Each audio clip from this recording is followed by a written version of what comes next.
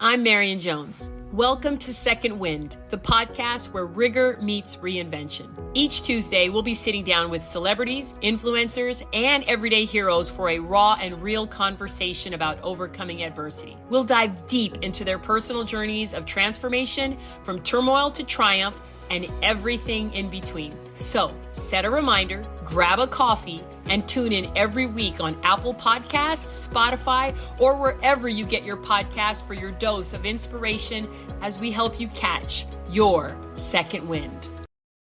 I'm Marion Jones. Welcome to Second Wind, the podcast where rigor meets reinvention. Each Tuesday, we'll be sitting down with celebrities, influencers, and everyday heroes for a raw and real conversation about overcoming adversity. We'll dive deep into their personal journeys of transformation, from turmoil to triumph, and everything in between. So, set a reminder, grab a coffee, and tune in every week on Apple Podcasts, Spotify, or wherever you get your podcasts for your dose of inspiration as we help you catch your second wind.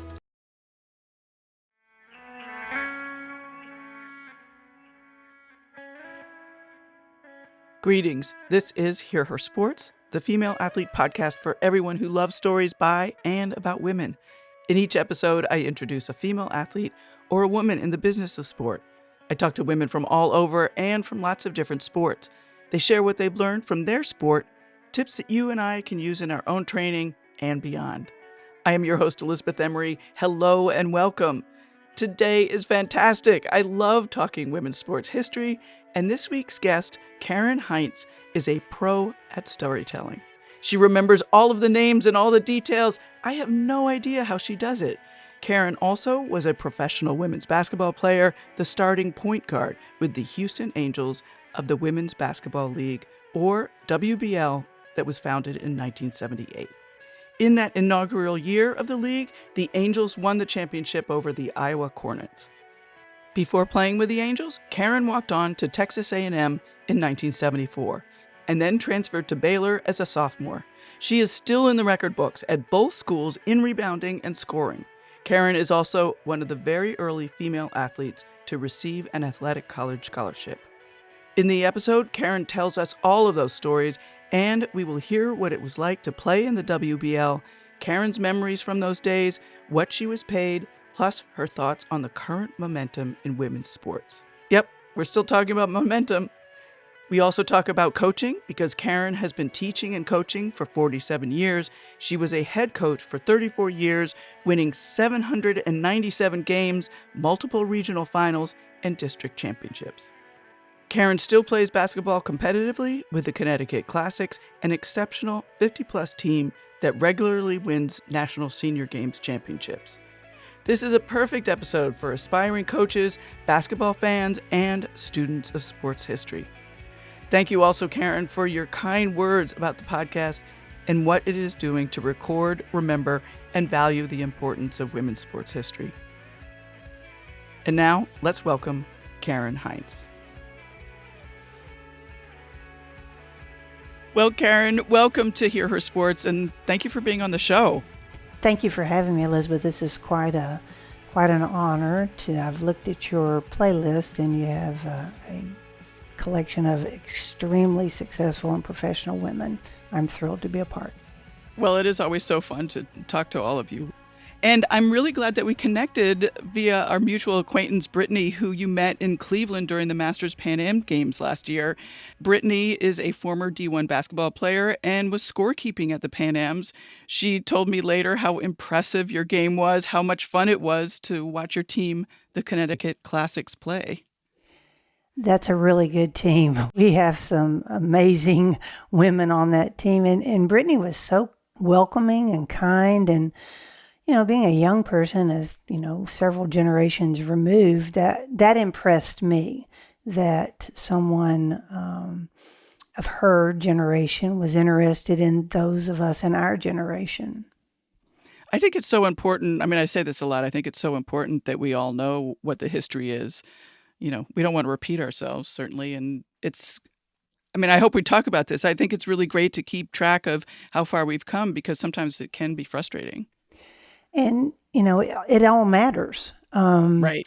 the history matters, the future matters, what we're doing right now to facilitate improvements in our game and our world and our relationship. It all matters. Yeah. Well, before we get going, could you tell me more about the Connecticut Classics and what that actually is and how you ended up playing there? Gosh, it's a really good story. The Connecticut Classics are a women's senior basketball program. I play on the 65 plus team, but they have teams that are in the 50 plus and I believe the 60 plus as well, all very successful. Our team is just a mixture of people from all over New Jersey, New York, California, Connecticut. But I think the hub of the ladies began in Connecticut with ladies, I don't know Claire's last name, Claire and Hilda, and Lynn Chavarro, who currently plays, Jody Racula, who currently plays, June Walton, Karen Smith, Jean, what is Jean's last name? I will think of it. All of these ladies are, like I said, professional. Many were former educators. 4 of these ladies, myself included, played in the WBL. And June was a European player.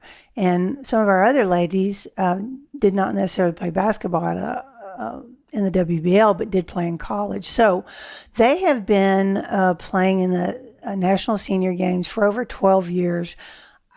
I'm pretty sure they have at least eight national titles. You play every other year at nationals, so it might be 16 years.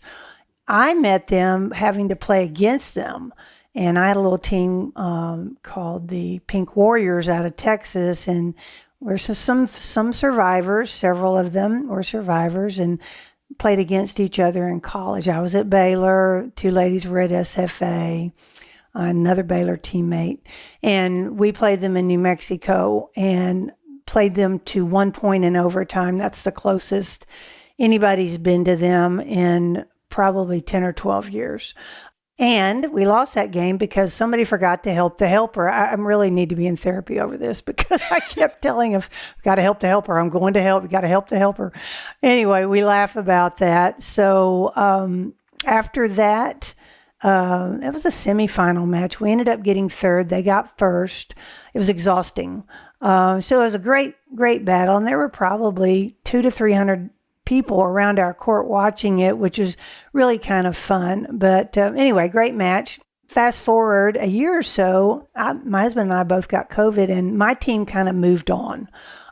They wanted to kind of maybe do their own thing. No animosity whatsoever. You know, I just recovered from COVID, and so I was looking for a team.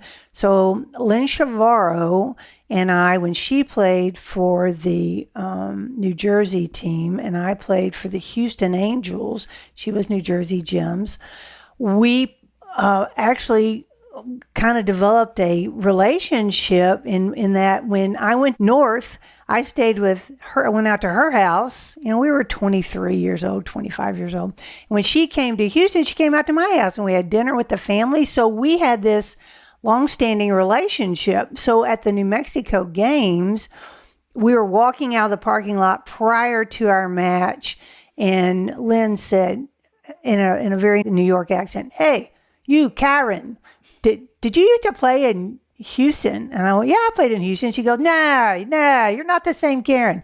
I said, "There was only one Karen." She goes, "Nah, this Karen was big." And I'm like, "Oh yeah, I weighed about 160 then.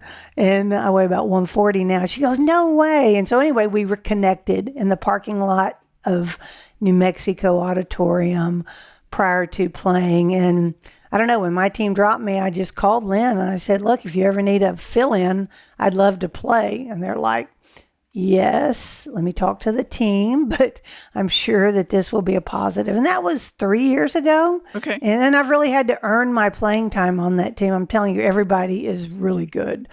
I just appreciate their commitment. We travel all over. Their commitment to being conditioned, which is important. So I leave on the 16th of May to go to the Connecticut games and play 3-on-3 with them.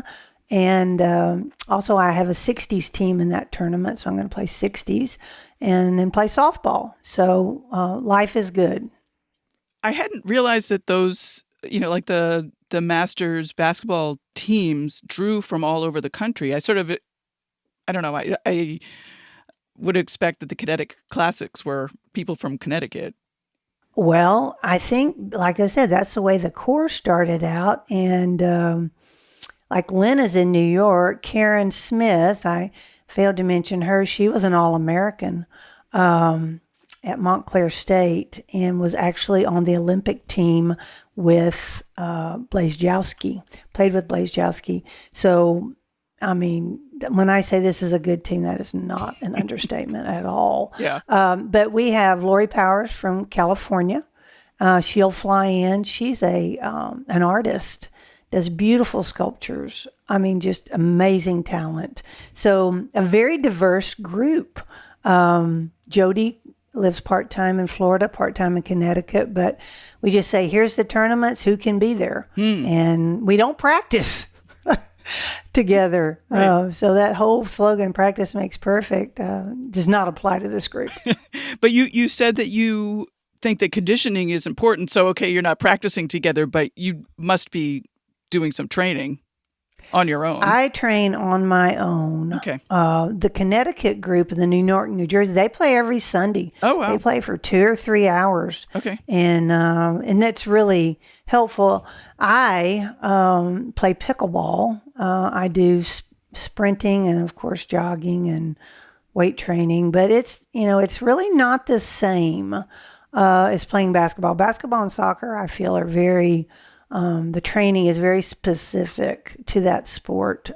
So it takes a little while. And people sometimes poo-paw 3-on-3, but gosh, at the speed at which we play it, there's no shot clock, but we do play very quickly. And we get the ball out, it's alternate possession.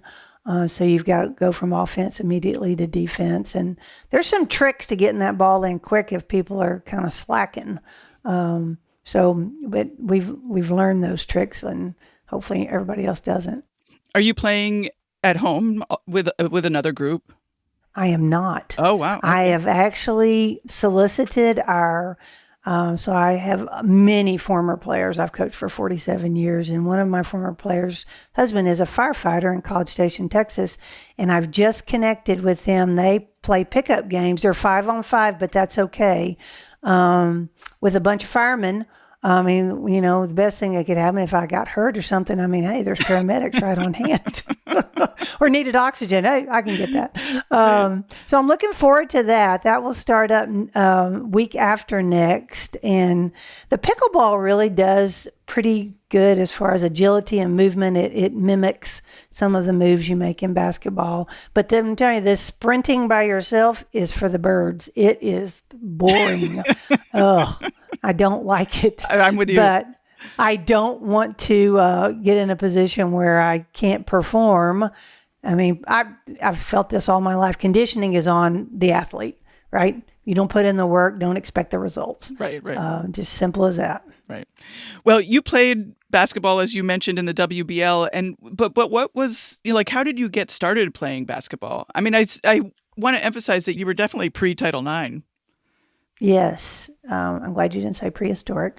Yes, pre-Title IX. So how I got started in basketball, my dad and I would shoot baskets in the driveway growing up, and we'd play horse and, pig and around the world and all that. And he was he and my mother both were tremendous supporters. Well, Dad moved us in, I think, 1969. So that era was very unrestful, and there was in the state of Texas, a lot of long distance busing going on for equality, which I understand that.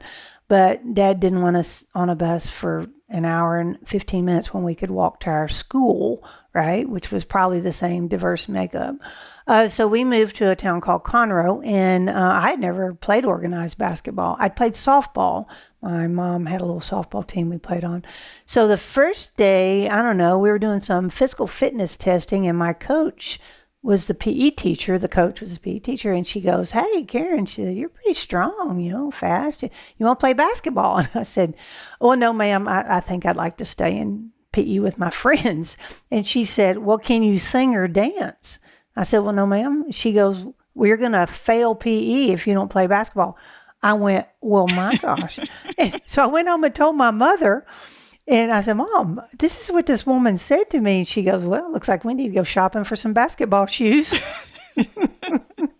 So I tried out. I had to play one-on-one against a giant. She was about 6'3", and her name was Linda Collard. Not overly friendly, I might add.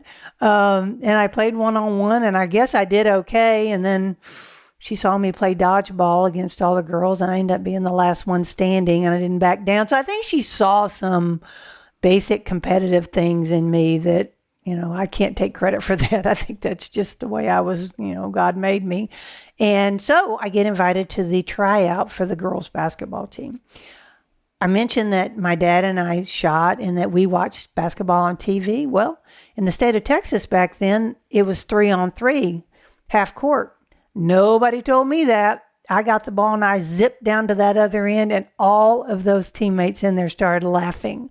They're like, "What are you doing?" I'm like, "Well, I'm going to the basket." And they go, "No, you can't go across half court." I'm like, "Oh, well, this is an entirely different game than I know." So I learned to play 3-on-3 half court. I think that I really honestly, Elizabeth, I think that went away in Texas the year my sister first played, which was, golly, she was born in 65, probably 79.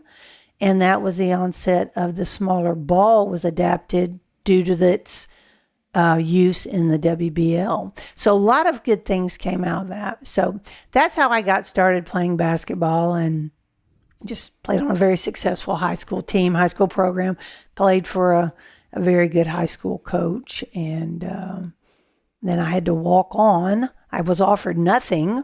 I tried out at Temple Junior College. I tried out at Wayland Baptist College, and the Temple coach, Frances Garman, I'll never forget this, told me that I could perhaps play on her JV team. Well, that just wasn't going to do. So I walked on at A&M and had not worked out. My dad, it was about 2 weeks before school started, and my dad, I wasn't doing anything. I had a horse business. I trained and broke horses, and I really wasn't doing anything athletically. And he walked in my room one night and he said, "Well, what are you going to do?" I'm like, "Oh, I'm going to go take care of my horses tomorrow." And he goes, "No, I mean about college." I'm like, "I don't know, Dad. I want to play and nobody seems to want me."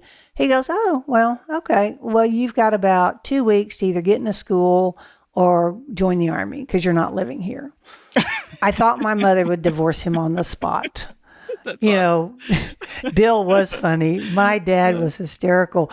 And so I walked on to A&M, got in school. I had pretty good grades, Back then, you didn't have to apply like 8 months out. So I went to the tryout at A&M, and I honestly thought I was going to die. I was so out of shape at 18 years old. And I made a vow to myself never to be out of shape again. It was horrible. I thought I was going to throw up at every step, but somehow I managed to make the team. We had a feisty little group. Kay Don was our coach. A lot of times it wasn't real super organized or supported by the university, because that was a male-dominated university. That was the first time women were really allowed to be in the Corps of Cadets, which is a very pristine organization. I could tell you some horror stories of, female cadets going up to seniors and how they were treated. And, I witnessed that, and it just irritated me a lot, right? So anyway, we were very successful. We did play Baylor 7 times that year, and we beat them 4 times out of 7 and probably never should have beat them. They had an All-American named Susie Snyder Eppers, who was incredible, and they had a good bunch of other, girls. Leah Box played on the team, Linnell Pyron. So in that process, a gentleman named Dutch Schrader, who was one of the PE people, at Baylor. Great vision, great supporter of women's sports. I mean, he was truly the leader at Baylor University in getting women's organized sports going. He actually got the scholarship program started and got Susie Snyder some money for a full scholarship. She was the first by, going to the university president and going to the men's basketball coach. That's a whole nother story on the involvement of Baylor athletics and where it is today. So in the process, he told the coach, Miss Fallon, and he said, look, we got to beef this place up. You need to get the Allenbacher kid, and you need to go get Metcalf and Hart from Temple Junior College. Well, Bobette Metcalf was my high school teammate. So as sophomores, I got a phone call at the house, and Miss Fallon said, well, Karen, we'd like you to come to Baylor and transfer from A&M, and you would be on full scholarship. And I said, oh, well, that sounds great. And so I said, well, I need to talk to my parents. So I talked to my dad, funny man that he is. And I said, Dad, Baylor has offered me a full scholarship to play basketball. What do you think? And softball if I want to. And he goes, well, I think your mother can quit working at Montgomery Ward's to pay your tuition. Mother was working at a department store so I could go to college. I mean, those are what parents do, right? Those are things that parents do. So there I went to Baylor, and we were extremely successful. It was just a good mix. No one there was worried about their NIL deal. No one there was worried about if Susie scored 23 points and we scored 15 or 17. And I'm still close friends with many of the women that played on that team. We have golf dates. Marilyn Ammon was one of those teammates that we still on a regular basis. Bobette and I are still best friends to this day.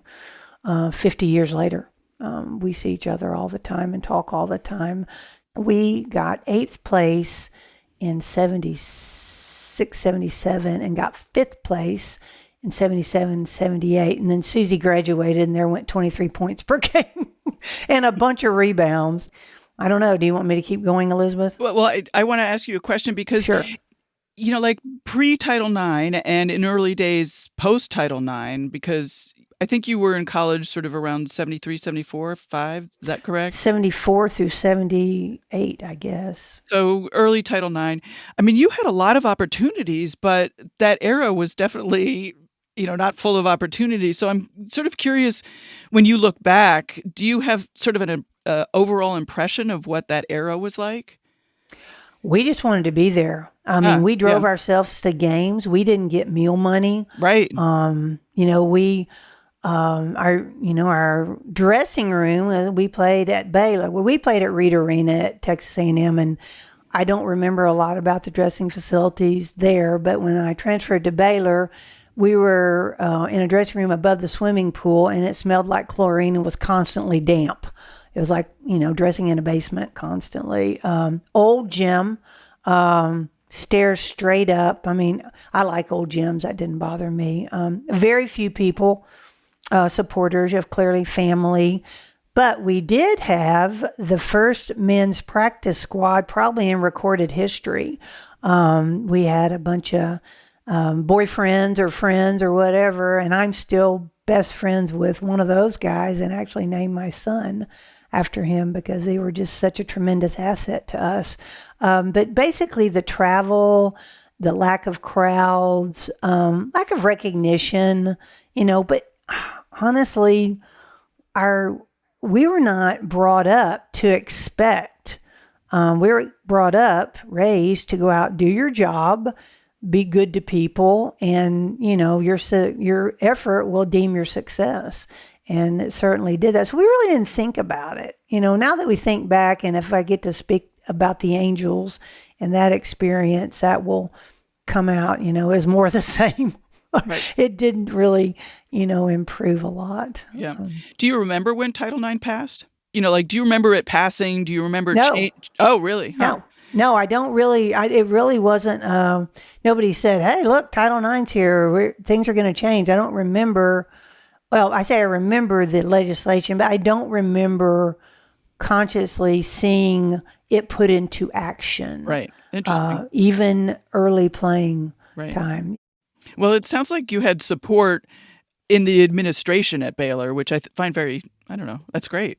Yes, it is. And I think a lot of that was because this man, Dutch Schrader, was honestly one of the heart and souls of Baylor athletics. This guy didn't miss anything. I mean, he just was such a personable individual. He founded the B Association, which is a former players association, and served on that board for 30-something years. But just he just wasn't gonna, this is what we need to do. I mean, he was a girl dad also, right? And but he's just a firm believer in women's sports and he loved women, and not in a weird way. He's married for 50 years to the same lady, but he just wanted to see it, expand, and he wanted the best for the girls, just like he wanted the best for the boys. And I didn't really know who he was, Elizabeth. The first day I got to Baylor, I went to that gym because they said there was like a pickup game or something you could get in, and here comes this 5'7" bulldog looking man with huge glasses and no hair, and he gets right in my face and goes, "What are you doing here, Allenbacher?" I'm like, I'm here to play basketball, and how do you know my name? That kind of thing. But that was the kind of personality that this man had. And I truly am, honestly, my dad, him, Coach Nodal, guy I used to train horses for, my husband, top 5 men in my life. If you can sit back and reflect on those guys or ladies that actually had that kind of impact in your success and development. It's always interesting to me that, like one man in a position of importance and power and decision-making can really change everything.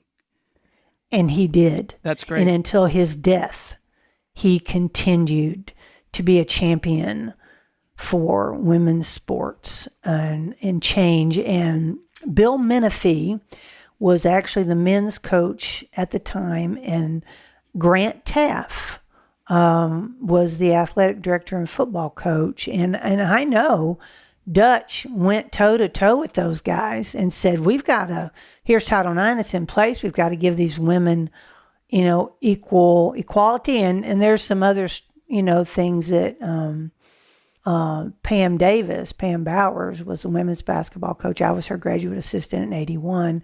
And it's very clear Title IX was still not being, in 81 at Baylor, still not being followed to the letter, or there were some problems. So it's just interesting how, even though it's law and it's supposed to be followed, I think back in that era, and I love men, I particularly love the one I'm married to, and I have a lot of respect for men, but it was a male-dominated administration, and thank goodness a couple of those guys were listening, right? Yep. Or what would have developed for us. Yep. Well, you mentioned the WBL, which is the Women's Professional Basketball League that existed in the late 70s. Can you talk more about that and explain what actually it was?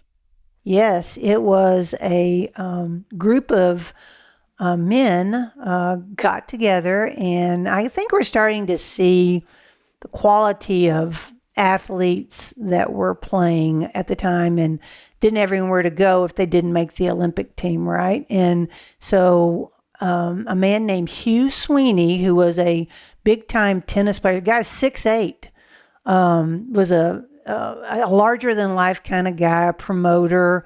He actually played against Billie Jean King, and I think that was called it was prior to her playing, I forgot his name. Was it Riggs? Yes. Bobby Riggs? Yep. Okay. But anyway, he played and was a big promoter, a big icon in Houston. Well, Bill Byrne approached him about buying a franchise. He didn't know what he was doing, right? He just paid for the franchise, and then he hired some Rice buddies, Don Nodal, who was a former men's coach at Rice, very successful, but now he had gotten out of coaching and was selling concrete or selling building supplies in the Houston area. And so Coach Nodal hired his point guard, Greg Williams, and they put together a tryout for the Houston Angels. Well, I was coaching at Travis Junior High my first year out of college, and I went to a junior high that fed my high school program and my coach's program. And she said, the best coaches are in our junior highs, and you need to learn, right? You know a lot of basketball, but you need to learn about people. And so there I went. And so I was coaching, and one of my little players, Stacy Aiken, got this article out of the paper from the Chronicle, and she said, Coach Hollenbacher, you need to try out for this. You still like to play basketball? And I said, oh, Stacy, what is this? She goes, it's the Houston Angels. It's a tryout. Anyway, so my mother and I loaded up in her, I should think she had like a boat back then, right? Right. Like this huge car. She made me a shirt with my name on the back of it, which took up most of the shirt, right? Because it was Hollenbacher. And we went down there and we tried out for 2 nights. And I was not a point guard. I mean, I was a forward in college and I was a forward in high school, and, wasn't used to dribbling the ball up the floor. But, I think Coach Nodal said, we need somebody to take the ball up the floor. Well, at 160 pounds, nobody really got in my way, right? And so I would just took it down the floor, and then the next thing I know that I am the starting point guard of the Houston Angels with absolutely amazing. No point guard experience, right? And so he put together a really good team out of that tryout. We had some amazing players out of Louisiana. We had Belinda Candler, who played at UNLV. She was our only draft pick. She was the only person that really got paid, pretty good money. I didn't think I got paid bad. I got $15,000, and I thought that was great. And at the end of that year, I bought a 280ZX blue and silver with 5-speed. I sent a picture of my dad. They were in Singapore. Daddy said, how you're teaching? How did you afford it? What are you doing? And I said, Dad, I just saved my money from the Angels. And so I bought this amazing car, and I had a lot of fun in that car. We had just a great season, but we did not know this at the time, but Coach Nodal nor Greg ever drew a dime for coaching. Not one penny. They were never paid. They made sure that players were paid and that we had housing. So I lived at home and commuted. Right. So I would teach at Travis Junior High and coach, and then at night I'd go down and practice in Houston, which was about 65 miles in Houston traffic. And I was happy. This was one of the best things that ever happened to me. And I was so thrilled to be playing for them and to be playing with these people. And, there were things we didn't even know about that coaches didn't tell us about. We practiced in 7 different high school gyms because we weren't paying the bills. Well, we didn't know that. It's kind of like you don't tell your kids everything, right? Right. We didn't know that. We just went out and played. And, I think it was a little harder. I know it was on the players that lived in the housing, and, they were given not food stamps, but Mr. Sweeney solicited coupons and things from grocery stores. And so that's how a lot of our teammates lived, but they weren't complaining, right? They were happy. There were some of our teammates that were married. 2 of them were married at the time. And so it was just, we're getting to do something nobody else has got to do. And we scored over 100 points a game, 14, 15, 16 games out of the season. We were quite prolific scorers. I think we averaged 86. And it was a 40-minute game, I'm almost positive, for 10-minute quarters. And we ran and we pressed the entire time, and we played man-to-man. And remember my point about never being out of shape again? Well, I didn't even have a chance there. I mean, we got to play a lot. And I'm still good friends with a lot of those ladies off of that team. My experience with the WBL was very similar to my experience at Baylor. Ignorance is bliss, right? We just went and played. Yeah. We had a great time. We were super successful. So we beat Iowa in the championship game in Houston and got rings. And I still have my ring. and it sits in my jewelry box. And, I've often used it to motivate some of my teams. I'm like, this is what a championship looks like. This is a visual of what a championship and being the best looks like. And it's, it was just a great experience. And I see Coach Nodal probably every 3 weeks. I'll drive down and visit with him, or when I'm flying out, I'll go visit with him. Well, nice. And how did that league end? It ended our team dissolved in the second year. So I actually played like a year and a half. And Coach Nodal refuses to talk about that. This is the nicest man in the world, and he just draws a line right there, because I guess there's a lot of maybe ugly things that happened, and he didn't choose to talk about it in the interview. And I've never pushed him. He's 93. I'm not doing that. Right. Those are things he wants to keep to himself. So my guess would be that, he really got forceful with people and said, this isn't right. This is what you're doing. So the team disbanded. Some of them got picked up. Greg went on to be a successful coach with the Dallas Diamonds. He coached Blaze Jowski and, someone else. Coach Nodal just went back to selling concrete. I went to Baylor, returned to Baylor for my graduate studies, and assisted Pam Bowers in 81, and was the graduate assistant, but got to do a lot of coaching. I mean, very hands-on, which really helped my, me evolve into a better coach, and that was in 81. That's how many years ago? 4 years ago. The game has certainly changed even since then. But many of our girls, I don't know that got picked up. And we had we had some good players. Paula Mayo was a beast. Candler was a prolific scorer. Vicky Chapman, one of the best shooters that I've ever been around. Belinda Jones, a great shooter. But anyway, it was just kind of a match, they did a really good job. But I guess if you'll look at that interview, Elizabeth, the turning point in that season was our coaches were getting pretty frustrated. And Coach Nodal says this in the interview. He said to Greg, we got to start coaching them like basketball players. We can't keep coaching them like girls, like women. Wow. It's not getting us anywhere. And so from that moment on, the intensity and the fire went up. And I think that was truly and we were fine, we're not going to cry. Nobody cried back then. It's like if you got yelled at, you just went on. Okay. You didn't get mad. You didn't say anything back. You just, okay, I need to pick it up. Let's go. So interesting. Great memories. What is it like to be part of this history? Oh, just very special. I mean, I feel extremely fortunate and blessed at the timing, that I got to experience this. And in fact, ironically, our 13-year-old grandson in Iowa sent me I sub there at their schools when I go and visit them anyway. And we play basketball, and the kids at the school know. And he's like, KK, he said, now, what league did you play in? He said, Christian and Maddox, they want to know.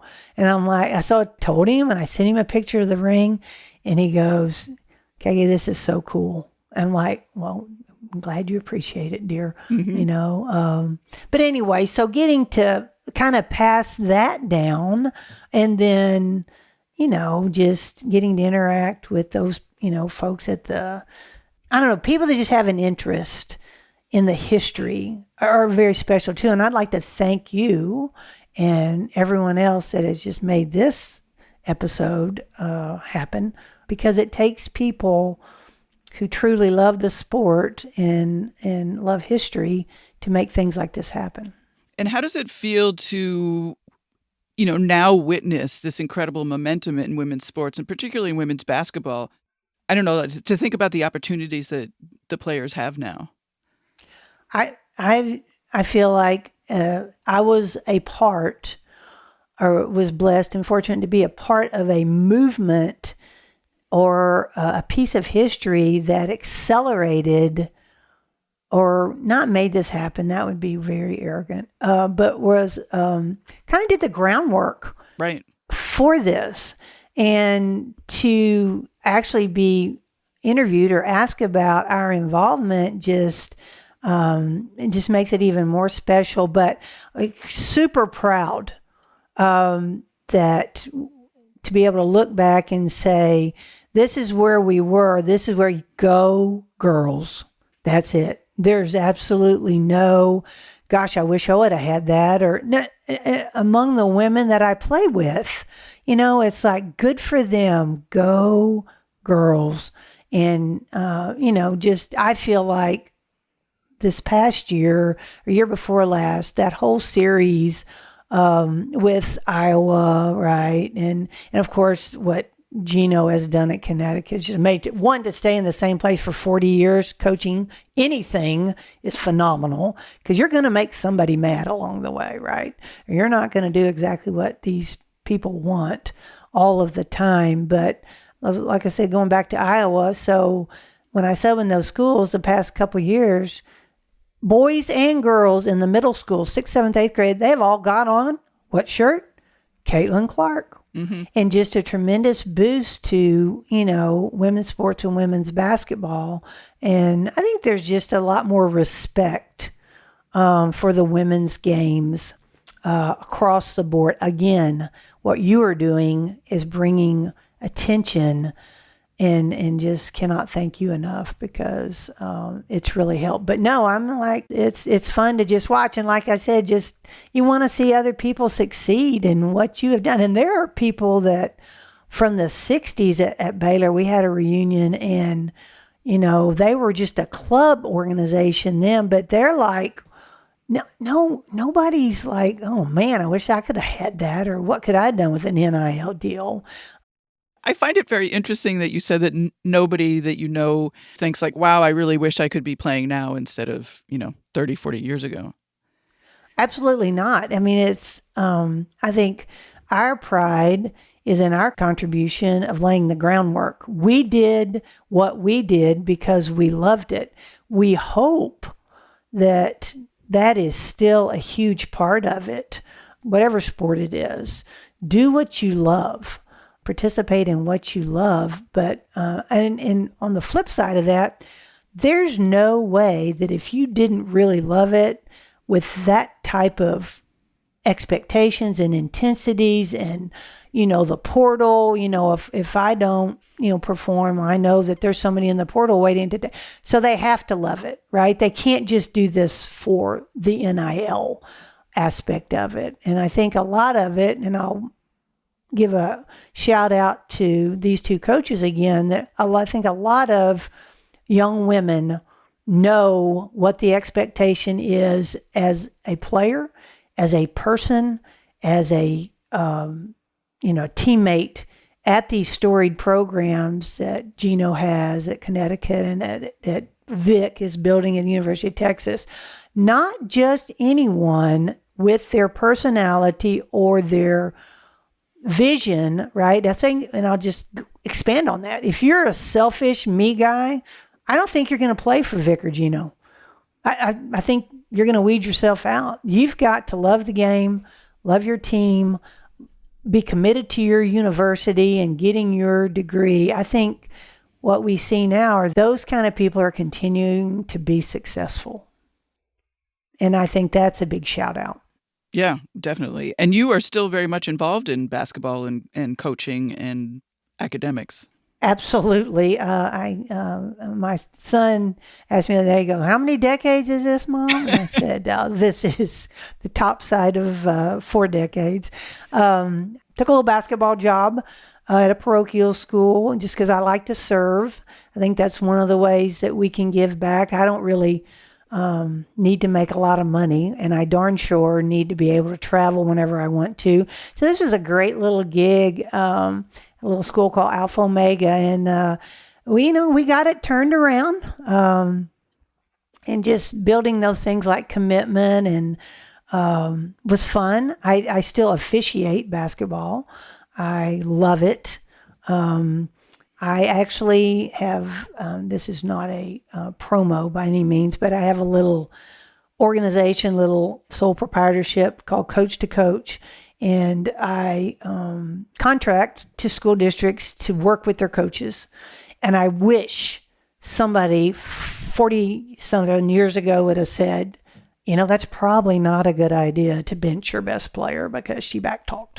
It's probably, I wish somebody would have told me that, because school districts, I've been told school districts are losing touch with their middle school programs and coaches are dropping out. So my thought, and again, it's a service project. Ain't nobody getting rich off this, right? You go in and visit with the coach and say, well, tell me what you're doing. What are you seeing? How do you think we can make this better? What are the kids saying? What are the parents saying? Let me observe your practice. And then I make suggestions. And I do it in I'm almost 69 and a grandmother, and I can come in a far less intense persona than I had as a 6A coach or an assistant college coach, right? And just befriend these people and see if we can help them get their program turned around, or at least stay in the business. And that's important. We've got to have people stay in the business to support these kids, even when they're wrong, even when they do bonehead things, because they're going to do bonehead things, right? We did bonehead things. Somebody had grace with us. So that's kind of an effort I'm doing now. So coaching, mentoring, officiating, and the neighbor kids will walk across and we'll work with them. I don't know. It's just fun. Yeah. I don't want to lose touch with the game. I love the kids. I want to be a part of that. And I've got enough energy and the support of my family. My husband's like, go, do, you're fine. Great. We're good. Have a good time, AKA, yeah, I'd like some alone time. What kind of things are you helping the teams with? Like, what kind of bonehead things are they doing that you're helping figure out? Word. Well, let's see. Let me see. Throwing attitude a lot when corrected. One of my personal non-favorites, eye rolling at the coach. And I'm like, oh no, we can't have that. Cursing, demonstrative fits and being allowed to stay in the game, knocking people down and stepping over them instead of helping them up. But I think basically and like I said, I have 13-year-old and about to be 11-year-old grandson. I think basically they all want to be competitive and make it. And so sometimes these behaviors are not true indicators of the person that they are.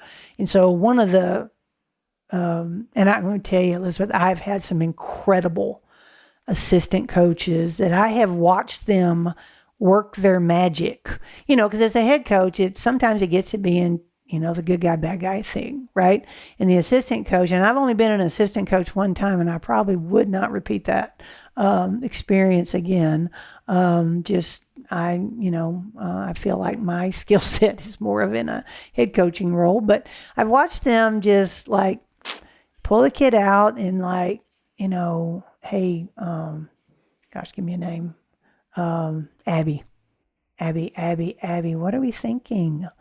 Tell me what you're feeling. Tell me, one, this is not acceptable. Let me just say that right now. And there are some consequences for this, but what are you thinking? So getting to know people and try to see how they click and, spend some time with them, but also interact with, like when the kid pulls a bonehead thing, how does that coach react?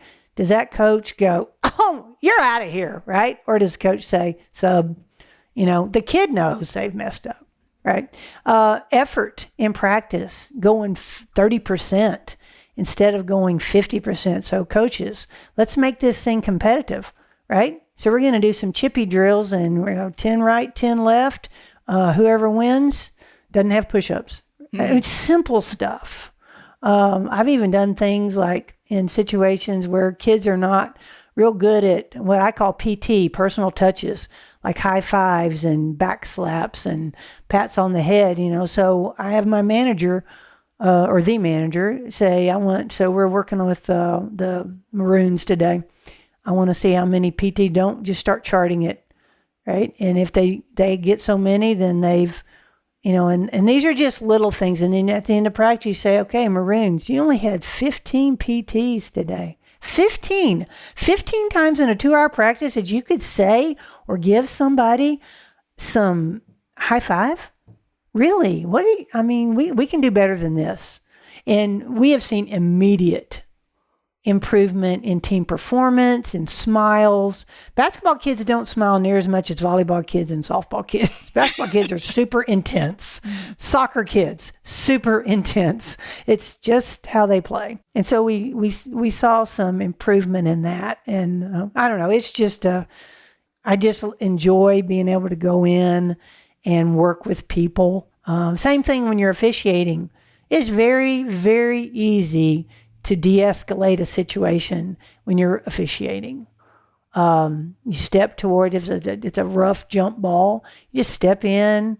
Ladies, did you hear the whistle? We need to let go when we hear the whistle. You can't be flinging people around. It's in WWF or whatever. And honestly, the kids, they may not think you called everything right, but they'll go back and they'll tell people, that older official, she was, kind of funny, and I don't know. Elizabeth, I have a great life that I am eternally thankful for, and just getting to share these experiences, and we're healthy, our family's healthy.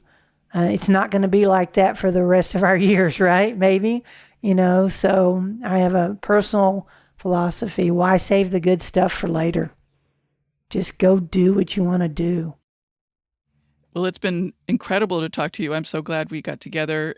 Thank you. Thank you so much. I can't thank you enough, actually. So wonderful. I appreciate it, Elizabeth. I've had one of the highlights of my career. Thank you so much.